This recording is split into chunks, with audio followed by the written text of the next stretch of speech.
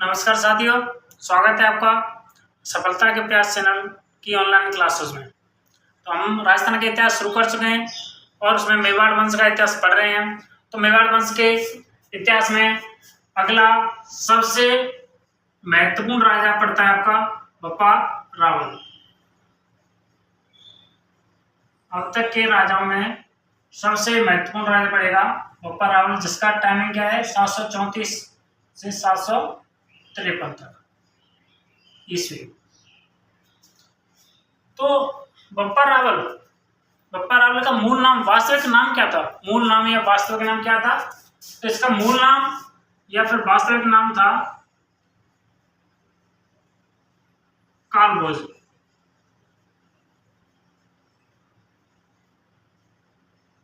मूल नाम या वास्तविक नाम क्या था?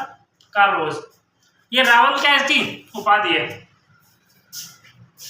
रावल क्या है? उपाधि। ये किसने दी थी? तो हारित ऋषि हुए एक सेंट हारित, उन्होंने दी इसको उपाधि रावल की। तो आपको कहानी बताएं, बप्पा रावल जी हारित ऋषि कौन था? हारित ऋषि कौन था? तो हारित ऋषि जैसा कि नाम से एक ऋषि था, एक महात्मा था, जो कि कहां पे रहता था? उदयपुर में रहता था। कहां पे? नागदा। नागदा में कहां पे? कैलाशपुरी।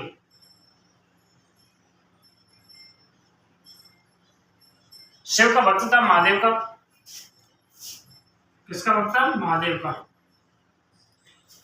तो बप्पा रावल इसके पास पहुंचे और इसकी क्या करने लगे? सेवा करने लगे, इसकी गायों को चराने लगे। तो हारित ऋषि इसकी सेवा से बहुत प्रसन्न हुए। तो पहले तो उन्होंने क्या दिया इसको? उपाधि दे दी रावल की। और बाद में जब हारित ऋषि जाने लगे, स्वर्ग को जाने लगे, तब उन्होंने पूछा कि बता चले क्या चाहिए? तो बप्पा रावल ने कहा, बस महाराज, आपके जाने के बाद मेरे रोटी पानी की, खाने पीने की व्यवस्था, रहने पीने की व्यवस्था बच जाए, यही बहुत है। कि तो क्या चाहिए? कि मुझे मेवाड़ का राज्य चाहिए। तो जब बप्पा रावल ने मेवाड़ का राज्य मांगा, तब हारित ऋषि ने तपस्या की राटासन देवी की। किसकी तपस्या करी? राटासन देवी की। राटासन देवी प्रकट हुई और बोली क्या चाहिए? तब हारित ऋषि ने कहा कि मेरे चेले को ऐसे ऐसे करके मेवाड़ का राज्य चाहिए, आप दे दो। तो राटासन देवी ने कहा कि ये नहीं, मेरे बस में तो नहीं है, मेरे कंट्रोल में तो नहीं है, मैं तो नहीं दे सकती। आप महादेव की तपस्या करो, उनको प्रसन्न करो और उनसे मांगो। तो बप्पा रावल ने कोई बात नहीं, उनका तो मैं भक्त हुई पहले से ही, उनको तो मैं जल्दी प्रसन्न कर लूंगा। तो प्रेम को किसको प्रसन्न किया? महादेव को। और महादेव से क्या मांगा? मेवाड़ का राज्य। तो महादेव जी प्रसन्न हुए, बोला क्या चाहिए? तो हारित ऋषि बोले कि मेरे चेले को ऐसे से मेवाड़ का राज्य चाहिए, आप दे दो। उन्होंने कहा तथास्तु, मिल जाएगा। तो हारित ऋषि चले गए और जाने के बाद क्या मिलेगा? बप्पा रावल को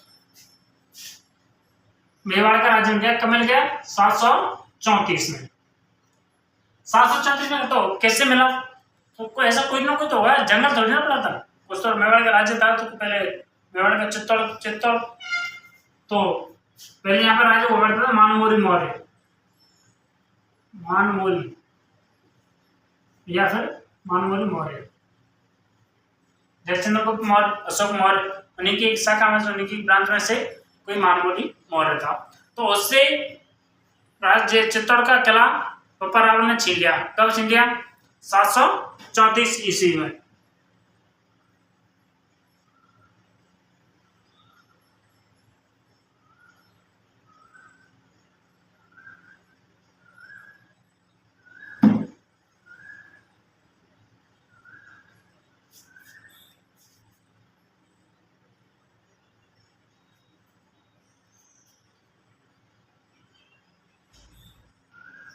तो 734 में बप्पा रावल ने चित्तौड़ का द्रोह जीत लिया मानमोरी मौर्य से।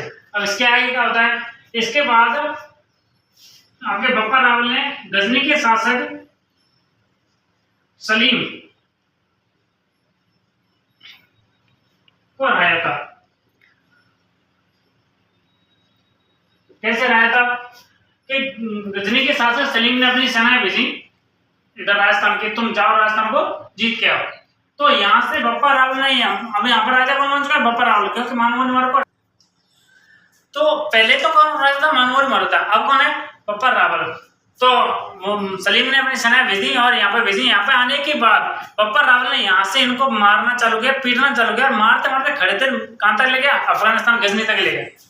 गजनी तक ले गया। गजनी में जाके सलीम को हराया और गद्दी से हटा करके अपने भांजे को क्या बना दिया? राजा बना दिया। लेकिन जब ये जा रहा था तब पाकिस्तान में कहीं रुका ये, पाकिस्तान में इसकी सेना रुकी। तो राजा को क्या बोलते हैं? रावल। और पाकिस्तान, पंजाब प्रांत, सिंध प्रांत, तो कौन सी लैंग्वेज बोली जाती है? पंजाबी। तो जैसे सेना रुकी तो सेना खाने पीने के लिए कुछ दुकान वुकान डाल गई और वहां पर लोग भी रहने लगे। तो ऐसे करके वो क्या बन गया? गांव सा बन गया। क्या बन गया? गांव सा बन गया। तो किसी ने ऐसे पूछा कि मतलब ये कौन सा गांव है? तो ये रावल सा का गांव है। गांव को पंजाबी क्या बोलते हैं? पिंड बोलते हैं। तो ये क्या है? ये रावल साहब का पिंड है। ये रावल का पिंड, रावल का पिंड, ऐसे रावल का पिंड कर करके ऐसे क्या हो गया? वो रावल पिंडी हो गया, है ना। तो पाकिस्तान में आज भी शहर मौजूद है, कौन सा? रावल पिंडी। पाकिस्तान की सेना को कहां तक हरा के? अफगानिस्तान मुस्लिम सेना को गजनी तक हरा के। अब वो बप्पा रावल राजा बन गया मेवाड़ का।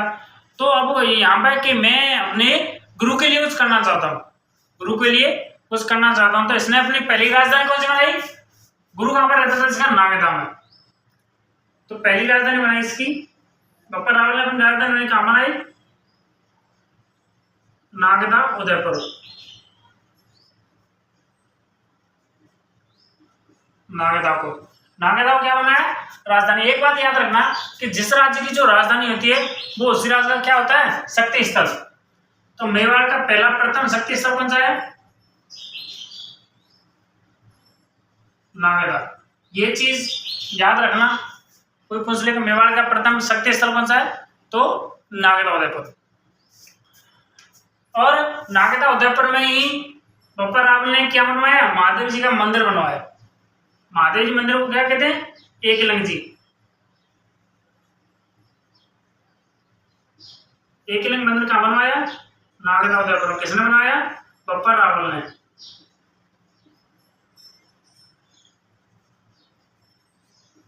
बप्पा रावल ने।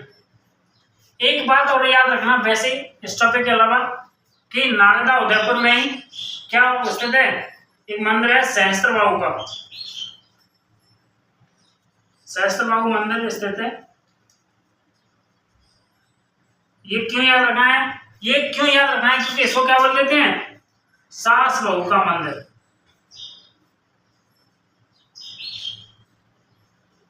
सास बहू मंदिर बोलते हैं इसको, लेकिन है क्या ये? सहस्त्रबाहु का मंदिर।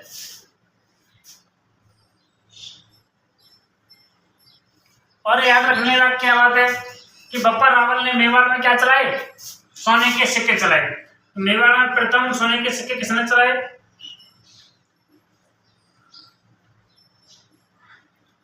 सोने के सिक्के चलाए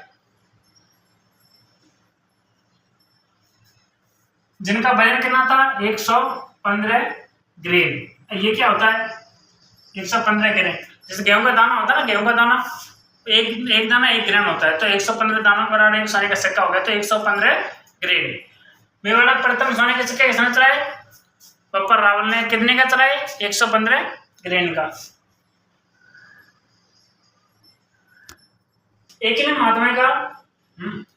एकलिंग महात्मा का नंबर मंदिर किसने बनवाया था? बप्पा रावल ने, जिसको क्या मानते हैं? मेवाड़ वंश का कुल देवता मानते हैं।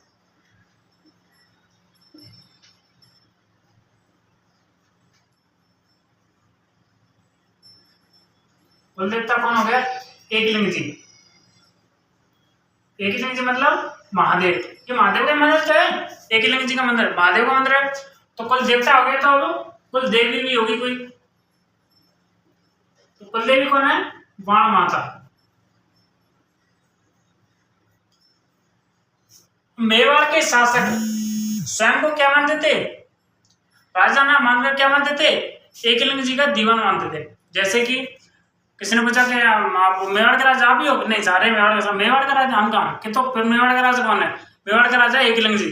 तो तुम क्या हो? अरे हम तो उनके क्या है, पीएम, उनके प्रधानमंत्री हैं। प्रधानमंत्री यानी कि दीवान। जब प्रधानमंत्री क्या कहते थे? दीवान कहते थे। मेवाड़ वंश के राजा, मेवाड़ के राजा स्वयं को एकलिंग जी का दीवान मानते थे।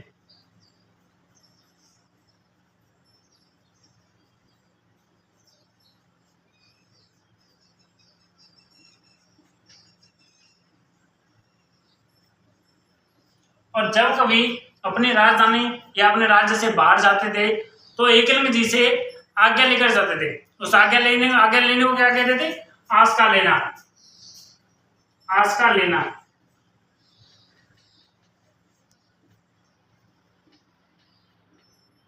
यानी कि आज्ञा लेना।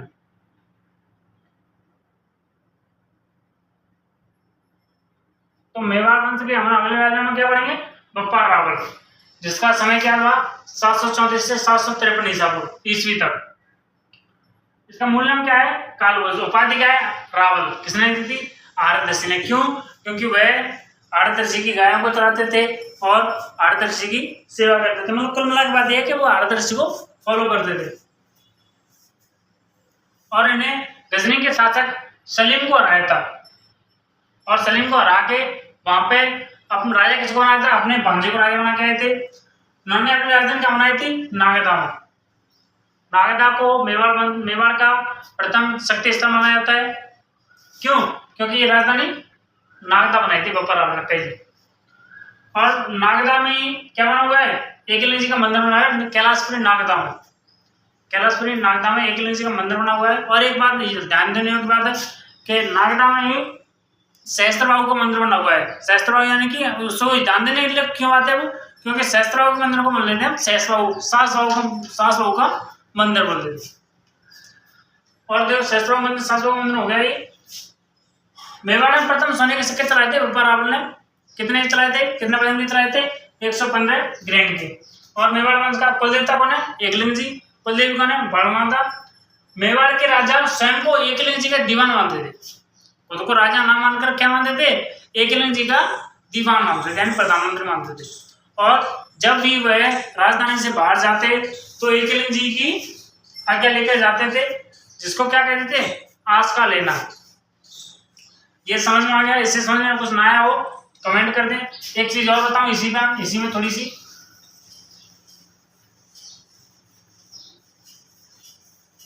भारत पर पहला मुस्लिम आक्रमण हुआ था 712 ईस्वी में। एक मुस्लिम कमांडर थे, सेनापति थे, मोहम्मद बिन कासिम।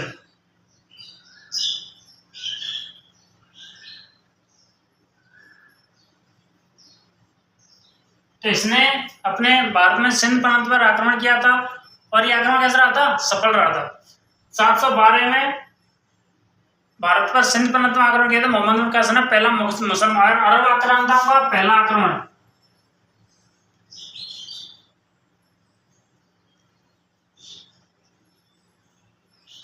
क्वेश्चन में ध्यान रखना कि भारत पर पहला सफल अरब आक्रमण कौन सा था? तो 712 ईस्वी में था। किसने किया था? मोहम्मद बिन कासिम ने किया था। लेकिन 712 में पहला आक्रमण हुआ सफल। और भारत में मुस्लिम साम्राज्य की स्थापना कब हुई थी? 1192 ईस्वी में। तो 712 से 1192 तक 480 साल होती है। तो ये 480 साल कैसे लेट हो गए? फिर अपनी एक किताब है 7वीं कक्षा की एनसीईआरटी, उसमें एक चैप्टर है, उसमें लाइन दी गई है, उसमें वाक़या कहा गया है कि 712 से 1192 तक साम्राज्य को स्थापित होने से बचाने के लिए किसकी भूमिका रही थी? राजस्थान के राजपूतों की।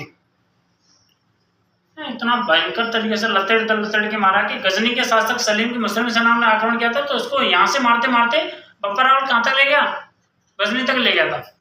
तो इसी प्रकार अन्य राजाओं ने भी जिसमें आपके महेर बोए जाते हैं, महेर भोज गुर्जरों वाले, ऐसे महेंद्रपाल और कई राजाओं ने बचाव किया था, लेकिन धीरे धीरे ये क्या हो गए, कमजोर हो गए और अरब आक्रांताओं की विजय हो गई और 1192 में उनकी साम्राज्य की स्थापना हो गई भारत में। तो आज की क्लास में दोस्तों इतना ही। अगली क्लास में लेके आऊँगा, अवश्य लेके आऊँगा, जरूर लेके आऊँगा, लेकिन तब तक आप ये ध्यान से पढ़ें, अच्छे से पढ़ें।